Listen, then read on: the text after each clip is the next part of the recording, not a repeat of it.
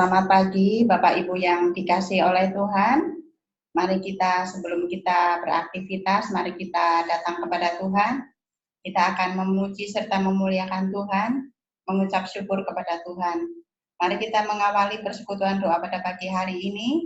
Kita memuji Tuhan, kasih dari surga.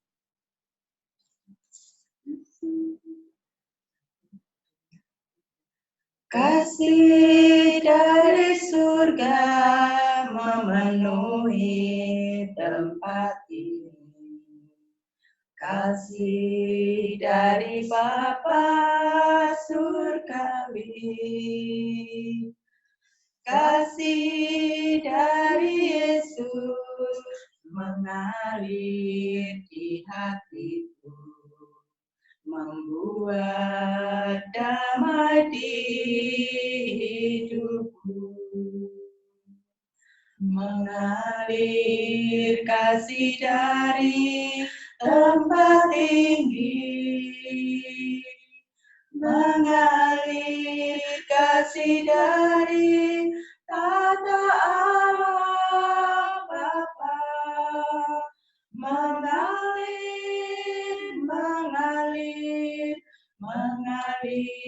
dan mengalir, memenuhi hidupku. Kasih dari surga.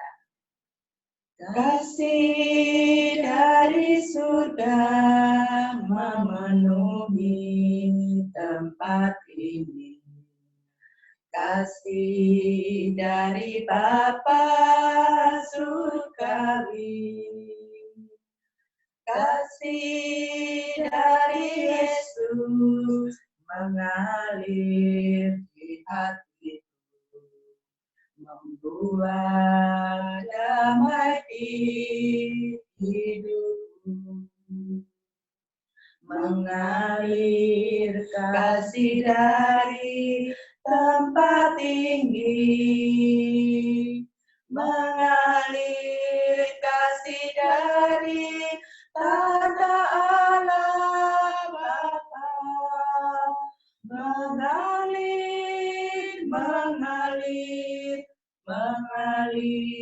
dan mengalir, memenuhi hidupku. Mengalir kasih dari tempat tinggi, mengalir kasih dari tata Allah Bapa, mengalir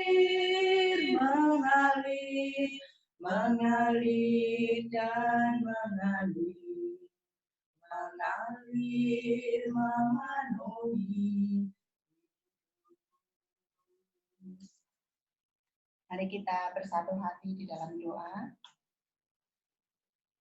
Ya Allah Bapa kami yang bertata dalam kerajaan surga, hamba datang kepadamu ya Tuhan, hendak mengucapkan syukur ya Tuhan, atas kasih dan rahmat Tuhan yang Tuhan berikan kepada kami semua ya Tuhan.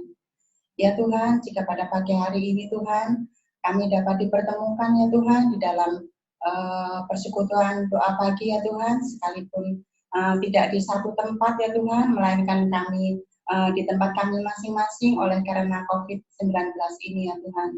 Namun ya Tuhan tidak mengurangi ya Tuhan keakraban kami ya Tuhan. Biarlah kiranya Tuhan tolong ya Tuhan persekutuan doa pada pagi hari ini yang melalui online ini ya Tuhan, sehingga dari awal, pertengahan hingga akhirnya Tuhan boleh diberikan kelancaran dan tidak mengalami kendala apapun ya Tuhan. Terima kasih Tuhan Yesus untuk kesehatan, untuk kekuatan yang Tuhan senantiasa berikan kepada kami masing-masing ya Tuhan. Sehingga Tuhan pada pagi hari ini Tuhan kami boleh bersama-sama ya Tuhan datang kepadamu ya Tuhan untuk memuji serta memuliakan Engkau. Mengucap syukur kepadamu juga ya Tuhan Yesus. Ya Tuhan, jika pada pagi hari ini Tuhan kami akan berdoa syafaat bersama-sama Tuhan, menaikkan pokok-pokok doa kami Tuhan, biarlah kiranya Engkau sendiri ya Tuhan yang boleh menjawab Tuhan, seturut dengan kehendak Tuhan. Hamba juga mau berdoa ya Tuhan Yesus untuk hamba-Mu Tuhan, Ibu Priscilla yang nanti akan menyampaikan firman Tuhan. Ya Tuhan Yesus, pakailah hamba-Mu ini ya Tuhan untuk menjadi saluran berkat kepada untuk memberkati kami semua ya Tuhan. Hamba berdoa Tuhan ya untuk apapun yang sudah dipersiapkan ya Tuhan, biarlah kiranya Engkau akan memberkati Tuhan dan kami boleh belajar bersama-sama akan firman Tuhan. Ya Tuhan, jadikan kami ya Tuhan murid Tuhan yang senantiasa dengar-dengaran akan firman-Mu ya Tuhan. Jadikan kami juga pelaku-pelaku firman-Mu ya Tuhan. Mampukan kami ya Tuhan Yesus. Terima kasih Tuhan Yesus, hamba menyerahkan persekutuan doa pada pagi hari ini Tuhan, dari awal pertengahan hingga akhirnya hanya di dalam satu nama, Tuhan kami Yesus Kristus. Haleluya, haleluya, amin.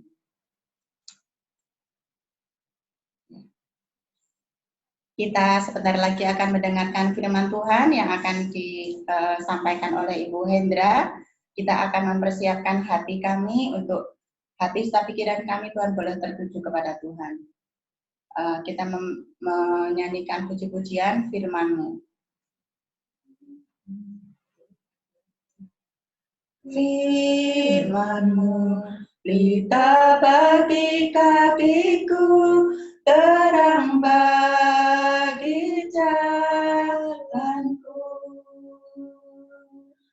Firman-Mu pelita bagi kakiku, terang bagi jalanku. Waktu ku bimbang dan hilang jalanku, tetaplah Kau di sisiku, dan takkan ku takut asal Kau di dekatku, besertaku selamanya.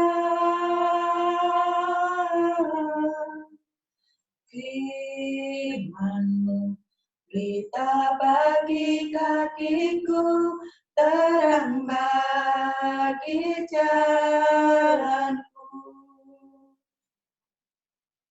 Firman-Mu pelita bagi kakiku, terang bagi jalanku. Firman-Mu pelita bagi kakiku, terang bagi jalanku. Waktu ku bimbang dan hilang jalanku, tetaplah Kau di sisiku, dan takkan ku takut asal Kau di dekatku, besertaku selamanya.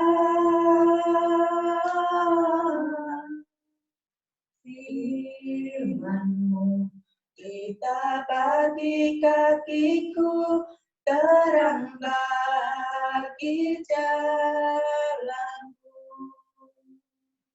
Waktu selanjutnya saya silakan ke Ibu Musila.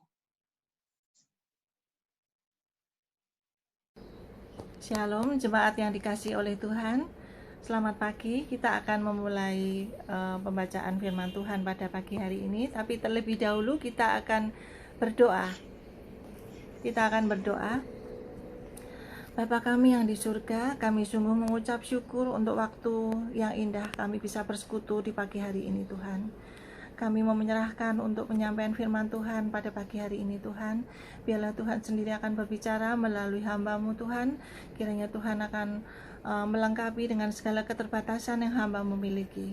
Terima kasih Tuhan, ampuni segala kesalahan dan dosa-dosa kami, sehingga firman Tuhan ini tidak terhalang dan bisa memberkati kami semua di dalam mendengarkan firman-Mu pada pagi hari ini. Terima kasih Tuhan, kami menyerahkan dari awal hingga akhir persekutuan kami pada pagi hari ini di dalam pimpinan dan penyertaan dari Tuhan saja. Dalam nama Tuhan Yesus kami berdoa. Amin. Ya. Firman Tuhan pada pagi hari ini saya beri tema pengharapan masa depan. Kita akan baca dari Amsal 23 ayat 18. Amsal 23 ayat 18.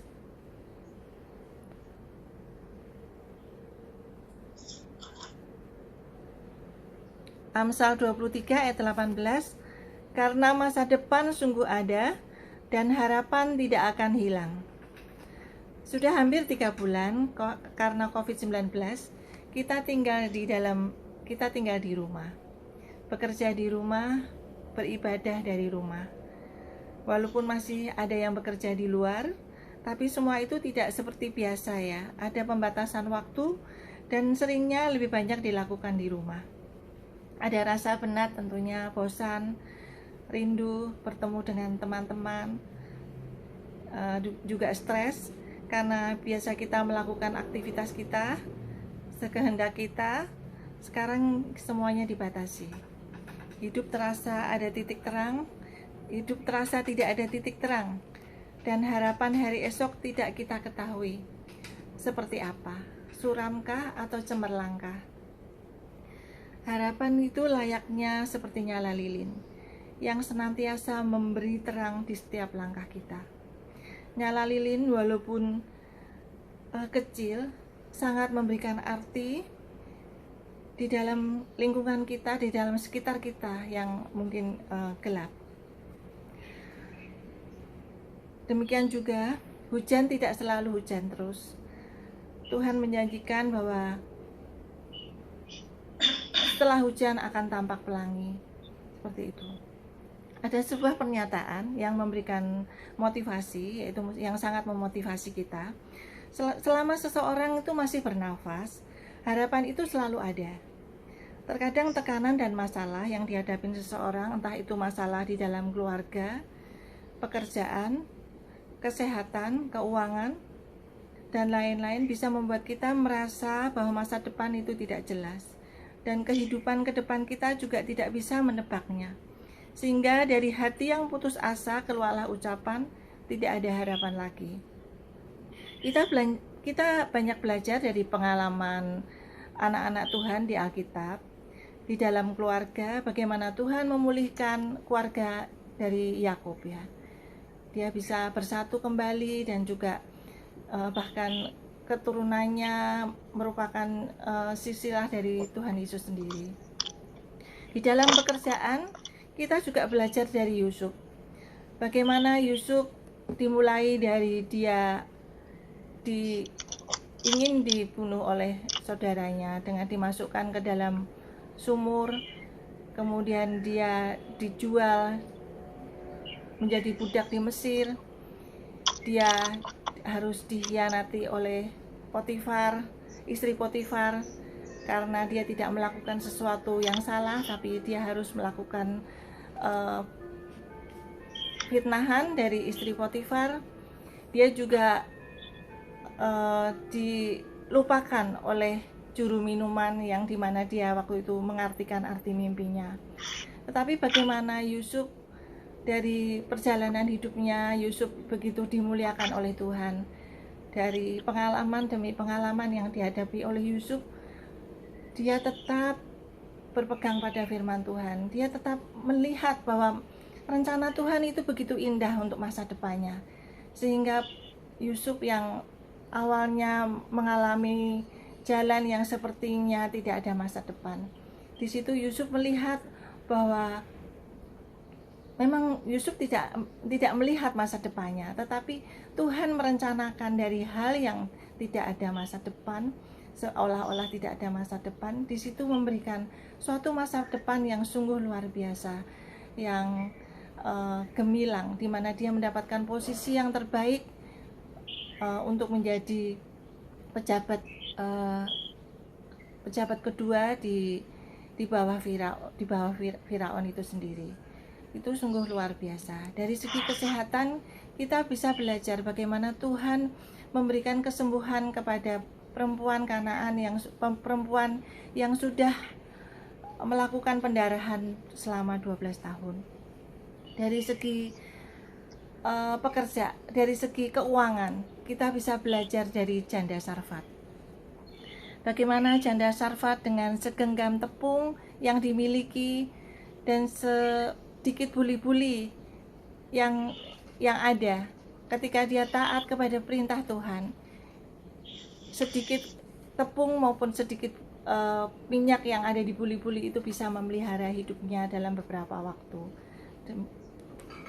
Jadi kita tidak perlu meragukan sebagai anak Tuhan, di mana Tuhan selalu memelihara dan tidak pernah sedikit pun meninggalkan kita. Walaupun mungkin kita tahu persis apa yang akan kita alami, tapi kita harus imani bahwa tuh di dalam Yesus masih ada harapan. Karena Tuhan sendiri berjanji akan memberikan harapan bagi masa depan kita. Dan masa depan itu sungguh ada. Tanpa kita memiliki pengharapan, berarti hidup kita juga tidak bertujuan, sehingga apa yang kita ingin capai pun tidak tercapai. Seseorang membuat tujuan dengan harapan sesuatu yang baik itu dapat terwujud. Harapan itu menjadi fondasi. Harapan layaknya nyala lilin yang senantiasa menerangi langkah kita melewati berbagai masalah dan pencobaan. Ada 3 hal yang perlu kita ketahui untuk mencapai masa depan, yaitu mengevaluasi masa lalu. Masa depan kita jauh lebih penting daripada masa lalu kita. Biarlah kita memusatkan perhatian kita pada harapan yang indah di masa depan. Jadikan pengalaman masa pahit yang lalu, kegagalan, sakit hati ataupun trauma sebagai pelajaran untuk meraih keberhasilan masa depan kita. Kalau sekarang ini mungkin kita keadaan mungkin kalau masa lalu kita tidak mengalami masalah, mungkin dalam 3 bulan ini kita memang dipaksa oleh karena keadaan yang tidak kita inginkan yang sekarang ini terjadi. Jadi kita tetap mengambil sisi positifnya dari segala situasi yang kita hadapi. Kemudian kita itu tidak perlu menyerah. Banyak orang mungkin berpikir, bagaimana mau berharap di tengah situasi sulit begini? Memiliki harapan tidak serta-merta membuat hidup kita saat ini langsung menjadi baik. Tapi harapan memampukan kita melewatinya, dan harapan itu memberi semangat untuk kita tidak menyerah. Harapan akan berbisik kepada kita, seandainya kita gagal, coba lagi. Kemarin saya karena biasa usaha saya mebel itu berjalan, mungkin saat sekarang ini adalah saat menuai kalau posisinya dalam keadaan aman ya, tapi karena COVID-19 semuanya berhenti, semuanya bisnis berhenti, tidak ada penjualan seperti itu. Itu pun saya berusaha untuk mencari solusi apa yang mungkin saya bisa lakukan di saat situasi saya harus di rumah. Saya berusaha tidak menyerah dengan keadaan ini gitu. Saya berusaha mencoba untuk berjualan walaupun sesuatu yang baru dirintis itu tidak mudah ya melakukannya, tidak mudah. Sepertinya angan-angan kita itu semuanya bisa berjalan dengan baik, tetapi ternyata banyak kendala yang kita hadapi. Tetapi di saat situasi yang seperti ini, kita harus cari orang yang bisa memberikan kita tidak menyerah dalam keadaan ini. Walaupun dalam keadaan kita mungkin merasa sulit gitu, datang anak saya Samuel. Mama, memang tidak mudah, Mama kan baru merintis. Biasa Mama usaha mebel sudah berjalan dengan baik. Sekarang ini adalah awal di mana Mama mulai melakukan lagi. Itu memang sulit, tidak mudah. Tapi Mama nanti dengan berjalannya waktu pasti Mama akan bisa mengatasi dan terbiasa seperti itu. Inilah kata-kata yang membuat kita itu tidak menyerah. Kata-kata membuat kita itu menjadi semangat di dalam menghadapi masa depan seperti itu. Kadang-kadang ada kata-kata, satu lagi saudara saya mengatakan, orang di saat situasi seperti ini jual mebel sudah enak-enak malah mau jual makanan. Itu kalau dipandang dari segi kata-kata itu sepertinya melemahkan kita ya. Tetapi saya anggap sesuatu yang sesuatu yang mungkin sesaat itu melemahkan kita, saya anggap saya pandang dari segi positifnya. Dari situ memang saya lihat bahwa usaha memang makanan yang saya rintis sekarang ini adalah maksudnya tidak akan saya lama-lama, saya hanya ingin mengisi waktu saja. Jadi memang dari sisi orang yang mengatakan seperti itu, seolah-olah itu melemahkan saya, tetapi saya bisa berpikir itu yang positif. Saya berusaha malah ingin membenahi perusahaan saya. Anak saya ingin membuatkan website sehingga bisa uh, usaha yang saya rintis mebel bisa menjadi tambah lebih baik lagi. Anak saya satunya lagi akan membenahi manajemennya. Bahkan Samuel yang yang seolah-olah itu tidak tidak perhatian seolah-olah, tapi malah mama bisa, kalau mama capek jualan, mama bisa melakukannya lewat mengajari orang lewat YouTube. Mama bisa bikin YouTube untuk mengajari orang bisa masak, menyalurkan ilmu mama sehingga orang lain bisa melihat cara-cara mama masak, bagaimana cara masak yang enak yang mama biasa lakukan seperti itu. Ini adalah suatu dorongan yang sungguh sangat menyemangati dan sangat membangun, sehingga tidak membuat kita itu patah semangat dan tidak membuat kita menyerah seperti itu. Kemudian kita bisa menyerahkan masa depan kepada Tuhan. Bersama Tuhan ada harapan. Awalilah dengan penuh harapan ya. Dan percayalah akan janjinya bahwa masa depan itu sungguh ada. Kita lakukan bagian kita. Kita dengan bekerja dengan sungguh-sungguh, kita melakukan inovasi, kita kreatif, kita lakukan bagian kita. Biarlah yang terbaik kita lakukan, sehingga yang terbaik kita lakukan, kita serahkan kepada Tuhan masa depan kita.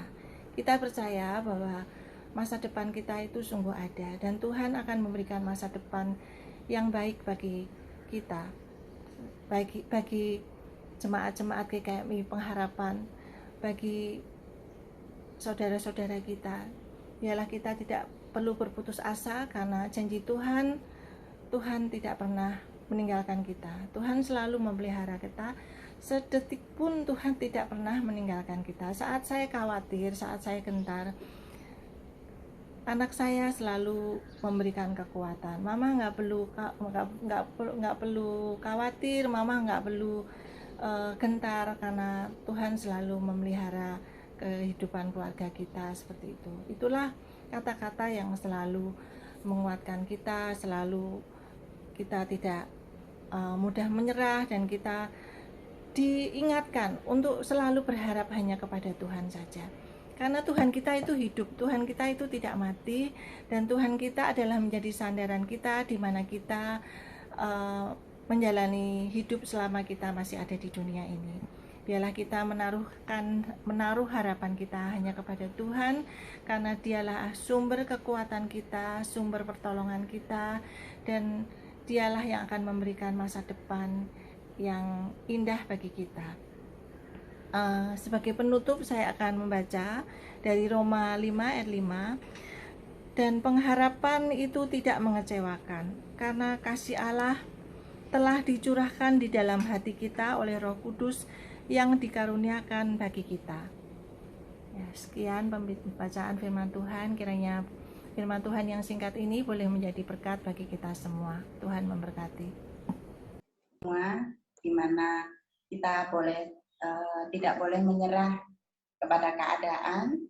Apapun sulitnya, Tuhan ada di dalam hati kita, mengerti akan kelemahan kita, dan Tuhan pasti turut campur tangan dalam setiap kehidupan kita. Secara manusia kita kadang merasa khawatir COVID-19 ini akan berlangsung sampai kapan. Kita takut, kadang mau keluar juga berpikir, aduh ada virus atau tidak ya yang ada di mana, takutnya bisa kita pegang, tapi kita punya Tuhan yang dapat kita harapkan. yang kita dapat bersandar kepada Tuhan. Benar kata Bu Indra tadi, kita mempunyai Tuhan itu yang hidup, bukan Tuhan yang mati. Banyak kabar dari sana sini menakutkan kita, namun kita punya Tuhan yang selalu melindungi kita dimanapun kita berada, dimanapun kita bekerja. Tuhan senantiasa menolong dan menyertai kita. Kita akan angkat puji-pujian sebelum kita akan doa syafaat bersama-sama. Pokok doa syafaat sudah saya bagikan. Kita akan menyanyikan puji-pujian bersama, berjagalah.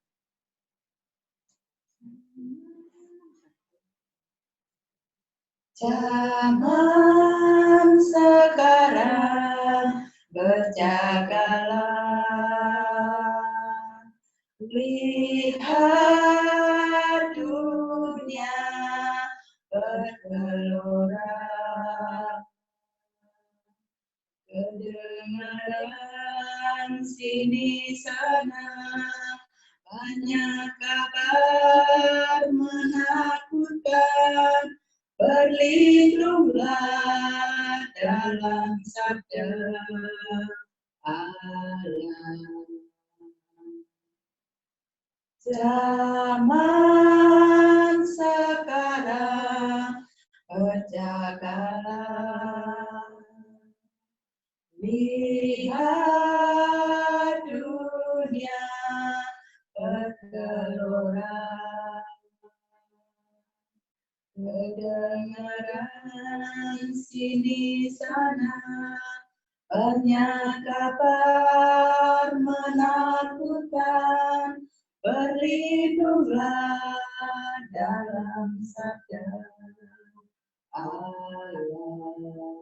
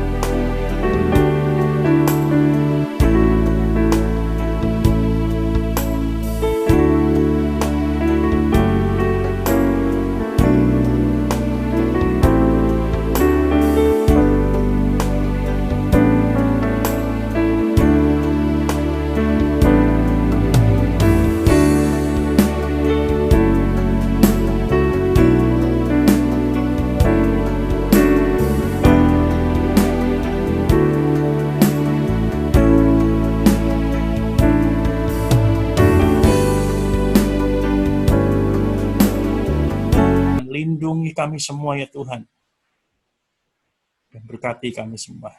Khususnya biarlah kami semua dalam keluarga besar di kami pengharapan. Jangan ada ya Tuhan di antara kami satupun yang terkena daripada virus ini. Kami tetap berharap pada Tuhan, memohon pada Tuhan, sungguh-sungguh pada Tuhan, dan kami mendesak Tuhan, jangan ada di antara kami atau keluarga kami yang terkena virus daripada corona ini. Tuhan berkati setiap langkah daripada jemaat-jemaat kami semua dan termasuk kami, bila kami memikirkan bagaimana kami berinovasi, melakukan yang terbaik dalam keadaan yang baru yang Tuhan sediakan bagi kami. Kami memikirkan sesuatu yang langkah yang untuk kehidupan kami ke depan. Kalau saat ini kami ada di dalam jemaat-jemaat kami ada kesukaran juga, Tuhan juga melawat mereka, memberkati mereka dengan tangan Tuhan yang terulur dari manapun, dari segala penjuru arah, Tuhan limpah-limpahkan. Terima kasih ya Tuhan. Hari ini kami ingin memulai hari bersama dengan Tuhan. Kiranya sepanjang hari ini kami dikuatkan melangkah bersama dengan Tuhan. Berkat Tuhan, Tuhan sediakan. Meskipun kami tidak bisa melihat berkat itu, tapi itulah yang Tuhan sediakan. Tuhan bisa menyediakan berkat dari manapun juga. Dan seringkali kami melihat bahwasannya apa yang tidak kami pikirkan, itulah yang Tuhan sediakan dan persiapkan bagi kami. Terima kasih Tuhan. Yang bersyukur pagi hari ini, kami boleh bersehati bersama di dalam doa. Kiranya nama Tuhan dimuliakan, ditinggikan dari segala yang kami lakukan.